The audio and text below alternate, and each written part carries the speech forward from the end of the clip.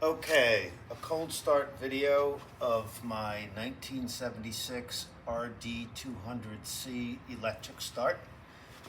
The bike's been sitting for a few days. It ran for about 2 minutes 2 or 3 days ago.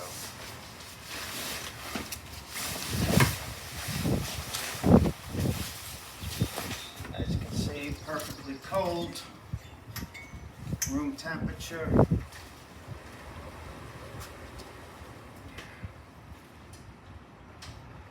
Fuel on,